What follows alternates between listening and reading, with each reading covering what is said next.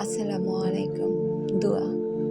You can make dua anytime, any situation in your life, but there are some other. If you follow them, maybe your dua get will answered easily or fast. Etiquette and adab of dua, supplication, is more likely to be accepted by Allah Subhanahu wa Ta'ala, as mentioned by our beloved Prophet Muhammad sallallahu alaihi wasallam. If the correct adab and etiquette is used, here I listed below are some of etiquettes of dua. Any Muslim who supplicates Allah with a supplication that does not contain any sin or cutting of any family relationships, Allah will give him one of three things for it. Number 1, either he will speedily answer his dua. Number 2, or he will save it for him until the hereafter, mean akhirat.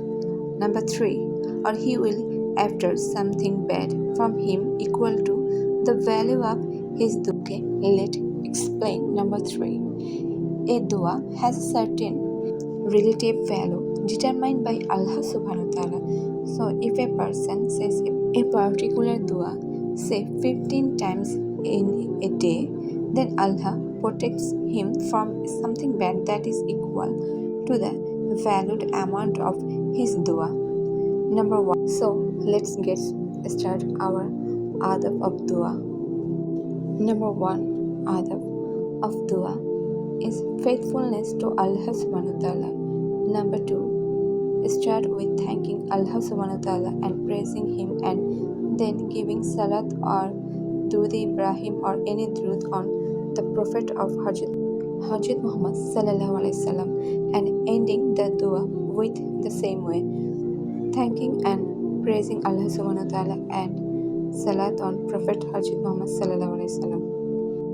Our Prophet Hazrat Muhammad sallallahu alayhi wasallam said, "One of you has prayed, and then let him begin with praising Allah Subhanahu wa Ta'ala and glorifying him. Then let him pray upon the Prophet Hazrat Muhammad sallallahu alaihi wasallam.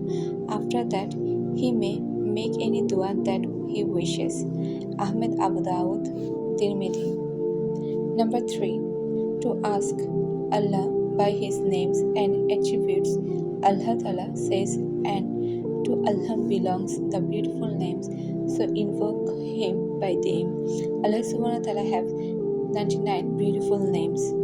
The Prophet Muhammad Hazrat Muhammad sallallahu alaihi wasallam heard a man saying, "O Allah, I ask you, I bear witness that there is no God but you, the one, the As-Samad, the one upon whom all creatures are dependent. He begets not, nor was he begotten, and there is no one like unto him." The Prophet Hazrat Muhammad sallallahu alaihi wasallam said, "You have asked Allah by his greatest name. When one asks him by his name, he gives what one desires, and when supplicated by this name, he answered."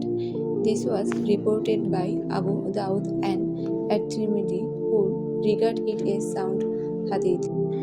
Ibn Masud radiyallahu ta'ala anhu said, "Allah does not accept dua from the conceited, the one who flaunts, and the one who is not serious. He accepts only from a person who prays and asks from his heart."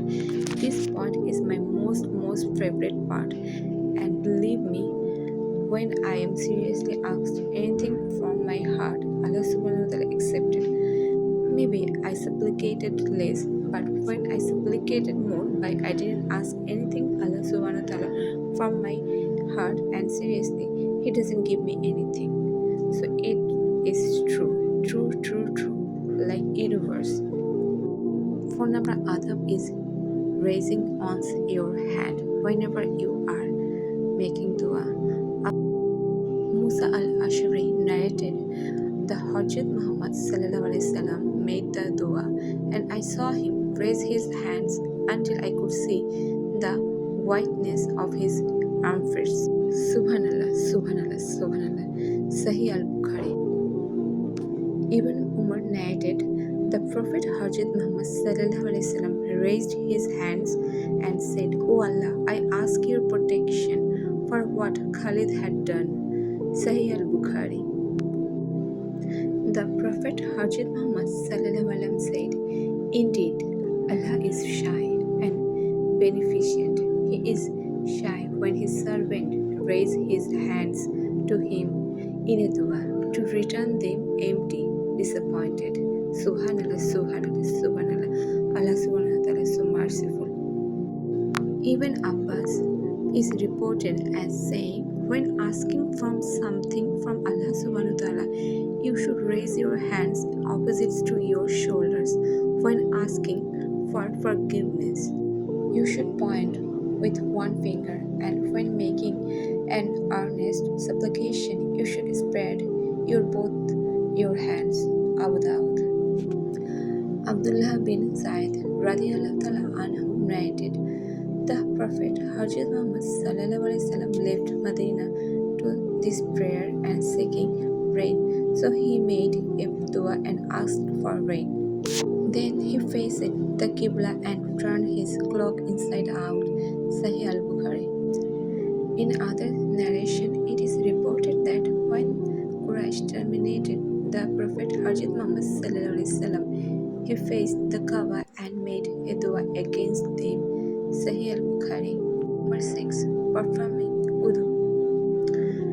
Performing wudu is one of the etiquettes of dua.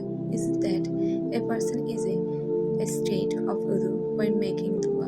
Abu Musa al-Ashari radiyallahu anhu narrated that the Prophet Hazrat Muhammad sallallahu alaihi wasallam, after the battle of Hunain, called for water, performed wudu, then raised his hands and said, "O Allah, forgive Ubayd bin Amir." Sahih al-Bukhari. Muslim. Number 7. Trust in Allah Subhanahu wa ta'ala and have a keen certainty that it will be answered. That is the key. One must be certain that Allah does whatever He wishes, whenever He wishes. Allah tells us in the Quran, "And there is nothing but with us are the stores thereof, and we do not send it down except with a known measure." In a hadith narrated by Abu Dawud, Allah relieved through the Prophet Hazrat Muhammad sallallahu alaihi wasallam, "O my servants, were the first of you and the last of you, the human of you and the jinn of you, to raise up in one place and make a request from me, and were I to give everyone what they requested, that would not decrease what I have any more than a needle decrease the seah if put into it." Anas ibn Malik radiyallahu ta'ala anhu narrated that Prophet Muhammad sallallahu alaihi wasallam said, "When one of you makes a dua, then let him not to say, 'O Allah, if you will,' for there is none who can force Allah to do anything." Sahih al-Bukhari. Therefore, what is desired is that a person be firm in his dua, asking from Allah Subhanahu wa ta'ala in a determined manner. For example, not saying, "Oh Allah, please forgive me, inshallah." What is this?